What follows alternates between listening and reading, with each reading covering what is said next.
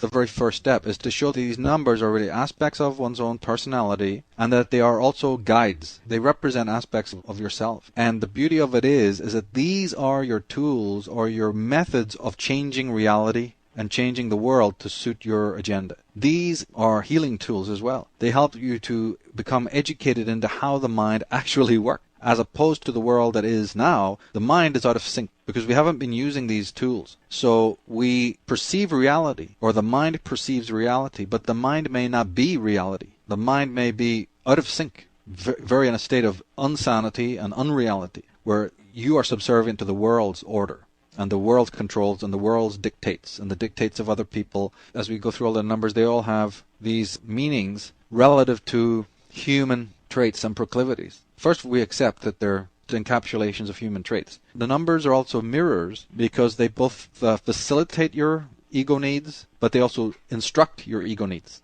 So more clearly what they are, they're both teachers and they're facilitators. They are like they're two ways, like a signal, like an electrical signal, or like a guitar amplifier with the cable. The pick up on a guitar is two ways. It sends out a sound, but it's also receiving a signal. And communication is always like that. Numerological archetypes are also two-way signals. For instance, a good comparison is in astrology. When you have a planet occupying a particular house, an astrologer says, oh, you have Mercury in the first house, and this means this, and this. In my particular take on astrology, I always incorporate the fact is, yes, but it's not just telling you what is going to happen in the external environment coming around the corner, so to speak. It's also saying what you should dress like for the occasion. It's saying that, because look at the way that most astrologers would do it. They'd say this is going to happen in the normal predictive style. Well, that means then that you don't really know exactly what's going to happen, so you have to be playing it by ear all the time and expecting something to come around the corner. The alternative way to read it is that the archetype or the planet in that house is telling you, no, this is what you do regardless of the situation that arises. Suddenly there's a whole different slant on it. So now you say, whoa, okay, then it doesn't really matter to me what comes around the corner, and I'm all ready for it because this archetype has told me what to wear for that situation. This is where the art really comes in. Now the numbers are the same thing. So when somebody says, I did not see on this particular day X happening, well, numbers have these two faces. It's like the god Janus of the two faces. You were maybe expecting it to have this, how would we put it, this, you expected it to manifest something in your life outside your participation. So you sat back and you didn't really participate in it. The key in this is to be a co-creator with the numbers. Right, and this is their higher level aspect, which of course in the beginning people may not be aware because they're always externally looking. They really do imagine that fate is this external thing separate to consciousness, that there's you, right? And then there's this autonomous thing called fate that just has its own mechanisms. For a lot of people, because of various conditionings, we're not aware that it's like cogs in a wheel. Every cog is interconnected with another cog. That consciousness and fate are the same thing. As the Greeks said, your character is your fate. So who you are and your attitude and your thinking process does create the fate that comes to you. But if you're into these arts, then that's a given. The consciousness and the world energy, the energy of fate, of destiny, are totally one and the same thing, and that your thinking creates the kind of lifestyle and the life path that you have. Now, that brings in these arts, because Timegnosis, Timescopes, Numerology is a life map of that life path. It helps you to make sense of it, like a sort of a pie chart or a graph. And then instead of it being static, instead of it being just like a physical static calendar of the year or any kind of static thing, which you can't change, very much like a clock, that clock on your wall is fixed archetype. If your boss says be in at 9 o'clock, you come in at 3 o'clock, it just isn't going to work. The time dial, all forms of external time are basically rigid, they're fixed, and you have to obey them. And we get so programmed into that. I mean, when it's 12 o'clock, it's no good saying it's 6 o'clock. That thing is static. The world agrees, it is, or America agrees, or England agrees it's 6 o'clock, and you can't say it's 7 o'clock. However, the timescopes, there's something else there. There's another principle, which is that you can, in fact, manipulate it. So this is what brings in the magical aspect of it, is that this thing has this element which is receptive to your own will. The difference with numerology and the timescopes concept is that, yeah, you're using something that we call time, but you're using the essence of time, meaning that when you know how to work with these numbers, they're not only telling you things, They're not only instructing you, they're not only informing you. It's like, say, an executive sitting at his desk. He doesn't have the time to run around and find out what's happening in every corner, but he gets reports. It's like the government. They have different agents who bring you reports, say, this is what's happening now. This is what's happening emotionally. This is what's happening physically. This is what's happening in the lives of other people that you know. This is what's happening in the world in general. So those dossiers that are passing your desk are these numbers. But the beauty of it is, in numerology, they work both ways. It's sort of like a quantum principle, but when the director is reading that dossier, his reading is changing the reality.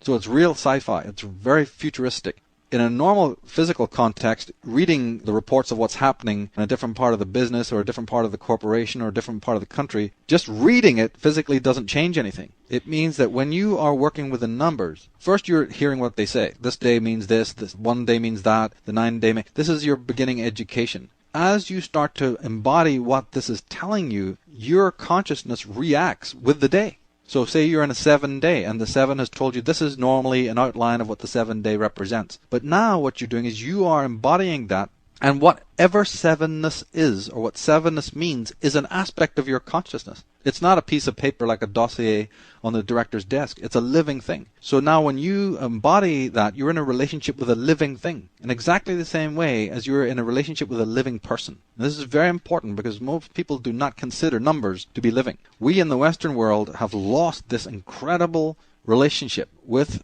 things because we think they're inanimate. So the first step is to realize that these numbers are aspects of yourself. And if they're aspects of yourself, then they have two roles. One is that they inform you about what's happening in your life, 11 different facets of life. But they also now, that information is instantly fed back so that you are changing what they've just told you.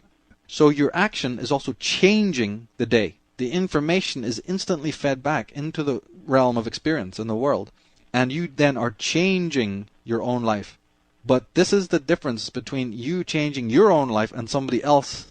Change is happening from outside, from a boss or a peer or a set of meaningless karmic circumstances that happen in life.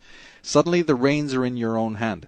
The numbers are just training you how to use those reins. It's like riding a horse or riding a bike. You need a certain amount of training, but then the rest is yours. So these numbers are training grounds for the mystery that we call life. They are the operating manuals that we should have been given when we were first born to show us that we have a personal living calendar, but that calendar is not a static, one-way fixed thing at all. It's not like a clock. It's not like a sundial. It's not like the usual calendar of the year. It is a calendar, and it has to do with time, but it's a two-way thing. It responds to you, and each of these numbers should be considered as living as a human being and should be considered friends. There are 11 helpmates, 11 servants, 11 facilitators, 11 tutors that show you what to do on certain days, what might be coming on certain days, and also to empower you to then start to change the reality that you live that is always changing anyway. We're always playing catch up and have great things happen and have no part of your life out of sync, which has bothered a lot of people into spirituality and metaphysics, is that they have a lot of areas working, but then maybe one area is really weak. So working with these works on many, many dimensions, but just on a surface level is that now you're ahead of the curve. The first step is to realize that these numbers are really aspects of your own personality, that they are you, or there are 11 versions of yourself, like 11 different mirrors of you. So that on each day, it's like having a wardrobe of 11. So the 11 archetypes are like mirrors of your own self, aspects of your own personality. They're like 7 different costumes that you can choose to wear. What we are doing is that we're wearing the wrong costumes on the wrong day. You're trying to go to the ball in your work clothes, and you're trying to dig ditches in your wedding dress. It certainly gives comic relief to the gods, but boy, it doesn't help our material life much better. So in other words, say a 7 is a person. And this person comes in and says, well, today, this is more of a sabbatical day. It's a day for research. It's a day to stay in the background a little bit. Today, you don't want to put yourself out. Today, you want to analyze. Today, you want to troubleshoot. Today, you want to research, that kind of thing. All the things that the 7 day represent. You are the one acting on the 7 day with that information that's given to you. But each human being then is slightly different. So say the person who's not very, very super active physically in their life anyway, their 5 day will not be quite the same 5 day as a histrionic person runs out the door at 4 a.m. and is already jogging and has accomplished everything by noon, and they still get the rest of the day.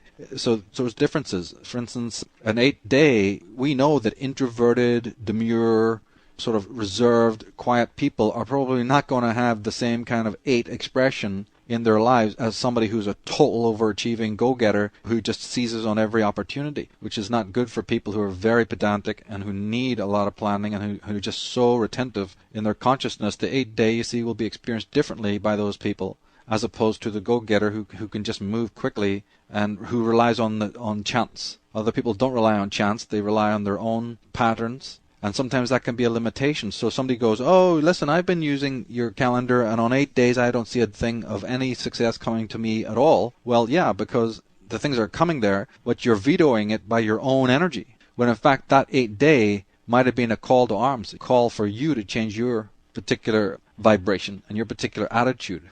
You're not moving out of your own set pattern, you see. And therefore, these opportunities are coming, but you're not seeing them or you're not grasping them because they come to your door and then you slam the door in their face. So the numbers, again, are facilitators, but they're also guides. They can help you practically in the world, and they also guide you to know how to gain greater success. Those numbers are there because they represent certain kinds of human proclivity. See, these numbers tie into special tendencies that exist within human beings. They're not some abstract concept. The number 1, the number 2, the number 5, the number 7, they're expressions of things we already normally do in life. The number 1 is based on the human proclivity for drive, for independence, for freedom, for the need to create and aspire and be separate and to make a person's own mark so that they stand out.